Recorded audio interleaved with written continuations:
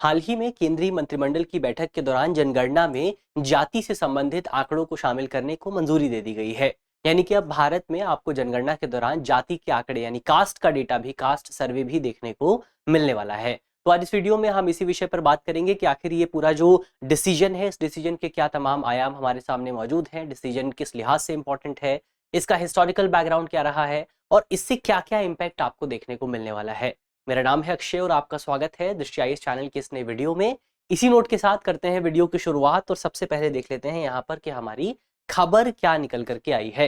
तो खबर सबसे पहले अगर आप देखें तो प्रधानमंत्री नरेंद्र मोदी की अध्यक्षता में cabinet committee on political affairs की बैठक जो है वो आयोजित की गई थी। अब कैबिनेट कमेटीज क्या होती हैं, इस पर कल एक वीडियो हमारे चैनल पर अपलोड हुई थी, आप उस वीडियो को जाकर के देख सकते हैं। फिलहाल संक्षेप में यदि आप बात करें तो कैबिनेट कमेटी बेसिकली एक कैबिनेट होती है, एक आपका ग्रुप ऑफ मिनिस्टर्स है, उसके अंदर कैबिनेट है।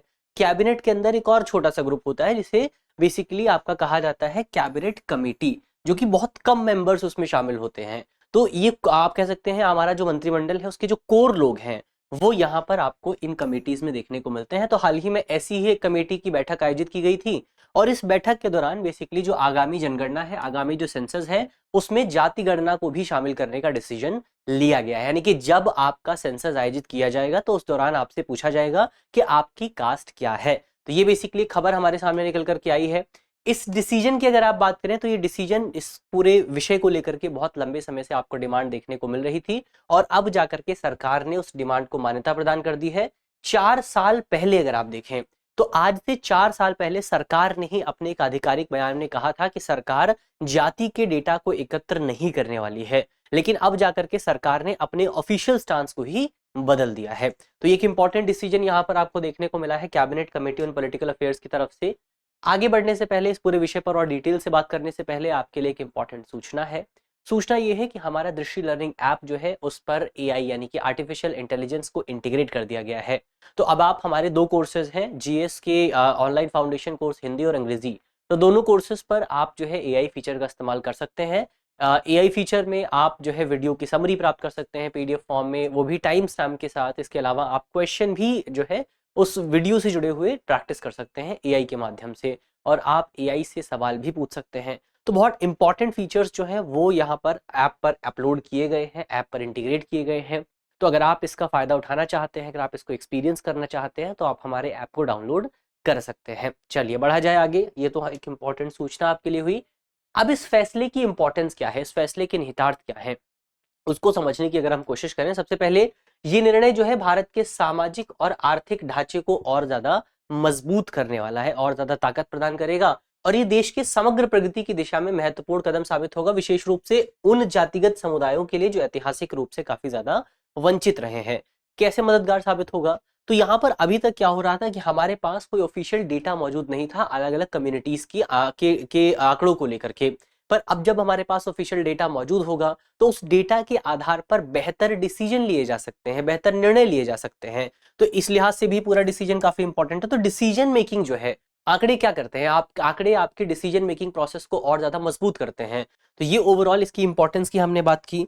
इसके अलावा अगर इसके ऐतिहासिक बैकग्राउंड को अगर हम देखें, पृष्ठभूमि की अगर हम बात करें, तो सबसे पहले 1951 के बाद अगर आप देखें तो 1951 के बाद यानी जब भारत आजाद हुआ और आजादी के बाद जो पहली जनगणना आपको देखने को मिली, उसके बाद 1951 के बाद केवल शेड्यूल कास्ट और शेड्यूल ट्राइब के जो आंकड़े थे वही जुटाए जा रहे थे।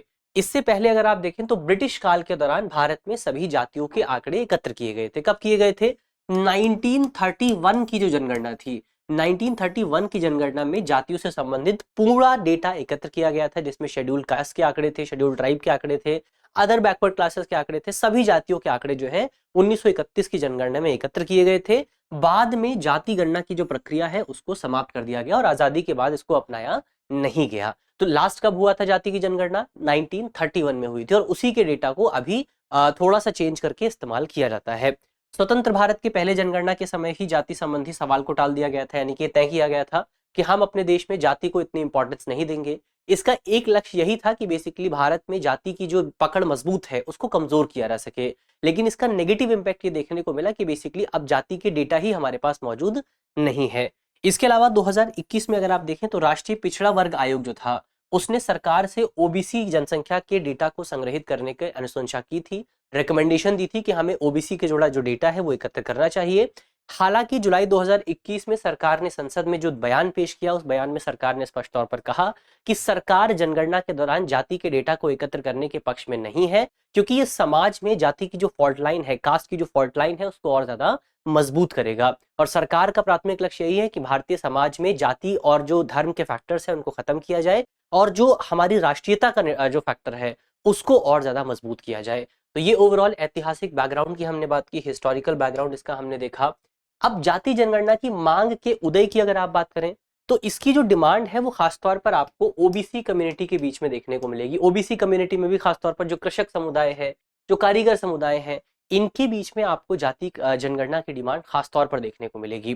क्यों? क्योंकि अगर आप देखें तो भारत में शेड्यूल कास्ट का डेटा एकत्र किया जाता है, शेड्यूल ट्राइब का डेटा एकत्र होता है। डेटा एकत्र नहीं होता तो किसका नहीं होता? ओबीसी का नहीं होता है, अदर बैकवर्ड क्लासेस का नहीं होता है। तो इसीलिए आप देखेंगे कि भारत में सबसे ज्यादा डिमांड जो कास्ट सर्वे की जाती है वो अदर बैकवर्ड क्लास कम्युनिटी की तरफ से की जाती है। इसके अलावा इन समुदायों हेतु जाति जनगणना एक महत्वपूर्ण विषय है, खासतौर पर उनकी सामाजिक और राजनीतिक स्थिति को ध्यान में रखते हुए। क्योंकि हमने बात की थी, आप जानते हैं भारत में 1989 में ओबीसी को आरक्षण दिया गया था, ओबीसी कम्युनिटी को आरक्षण दिया था। कितना? 27% दिया गया था। किसकी रिपोर्ट के आधार पर? मंडल कमीशन की रिपोर्ट के आधार पर। किसकी सरकार थी? वीपी सिंह जी की सरकार थी। तो इस सरकार के दौरान 27% आरक्षण दिया गया था। लेकिन ये 27% आरक्षण जो दिया गया था वो किसी ऑफिशियल डेटा के आधार पर नहीं दिया गया था, बल्कि मंडल कमीशन ने खुद अपनी एक रिपोर्ट तैयार करी थी, खुद अपना सर्वे किया था। और उस सर्वे के आधार पर और 1931 का जो डेटा था, उस डेटा के आधार पर पूरा जो खाका था उसको तैयार किया गया था। तो उस समय भी हमारे पास कोई ऑफिशियल आंकड़े मौजूद नहीं थे। तो इसीलिए ओबीसी कम्युनिटी की तरफ से हमेशा से डिमांड की जाती रही है कि आप कास्ट सर्वे करवाइए, इससे पता लगाइए कि देश में ओबीसी कम्युनिटी की संख्या कितनी ज्यादा है। और डिमांड ये भी होती है कि अगर ज्यादा संख्या निकल करके आती है तो उसी अनुपात में उनको आरक्षण भी मिलना चाहिए। तो ये डिमांड आपको लंबे समय से देखने को मिल रही है। अब यहाँ पर एक इंपॉर्टेंट विषय और आता है, और वो विषय है आपका सोशियो इकोनॉमिक कास्ट सर्वे, SECC, यानी कि सामाजिक आर्थिक जातिगत जनगणना, या कास्ट सेंसस भी आप इसको कह सकते हैं। तो ये भी काफी इंपॉर्टेंट है। 2011 में किया गया था। 2011 का ECC जो है हमारे पास मौजूद है। लेकिन कई बार इसके आंकड़ों की जो सत्यता है, जो इसके आंकड़ों की जो पुष्टि है, उस पर सवाल उठाए जाते हैं। इसके आंकड़ों की सत्यता पर सवाल उठते हैं, उनके कई बार उनके वेरिफिकेशन का जो प्रोसेस है उस पर सवाल उठाए जाते हैं।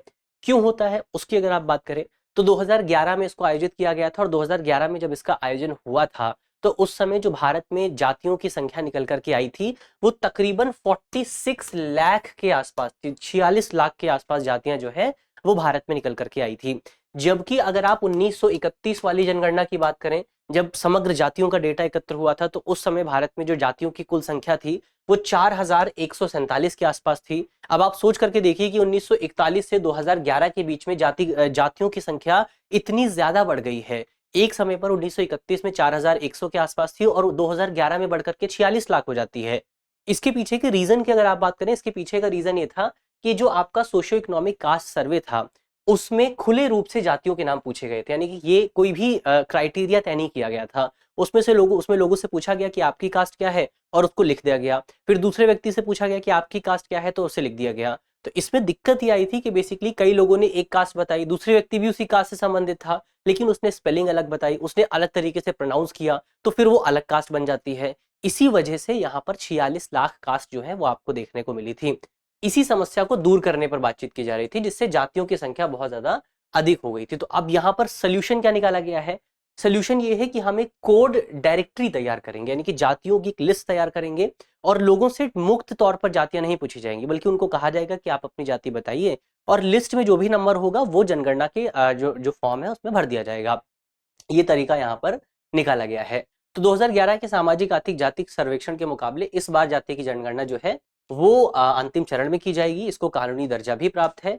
2011 वाला जो सर्वे था उसमें जाति बताना अनिवार्य नहीं था, लेकिन इस बार क्योंकि ये सेंसस का हिस्सा है तो ये अनिवार्य है, ये लीगली जो है मैंडेटरी है कि आपको बताना ही पड़ेगा। तो एक ये इंपॉर्टेंट एस्पेक्ट था यहाँ पर।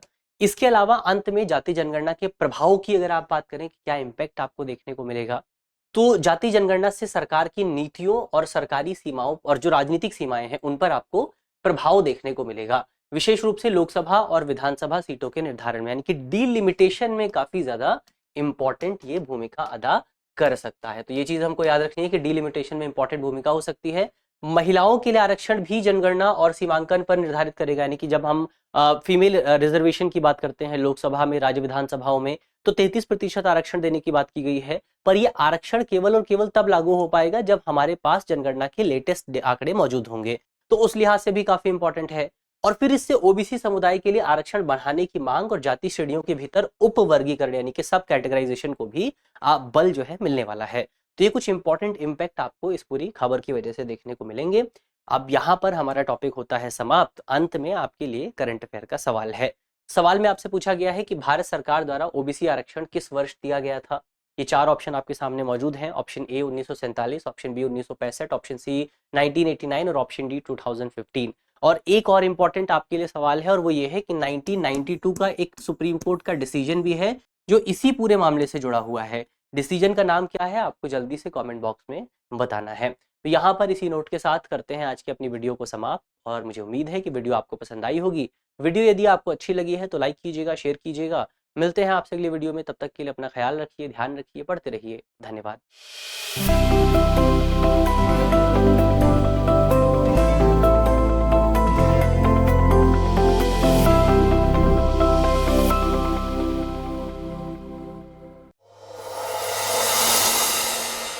डियर व्यूअर्स, अपने एग्जाम की तैयारी को और बेहतर करने के लिए हमारे चैनल को लाइक, शेयर और सब्सक्राइब करना न भूलें।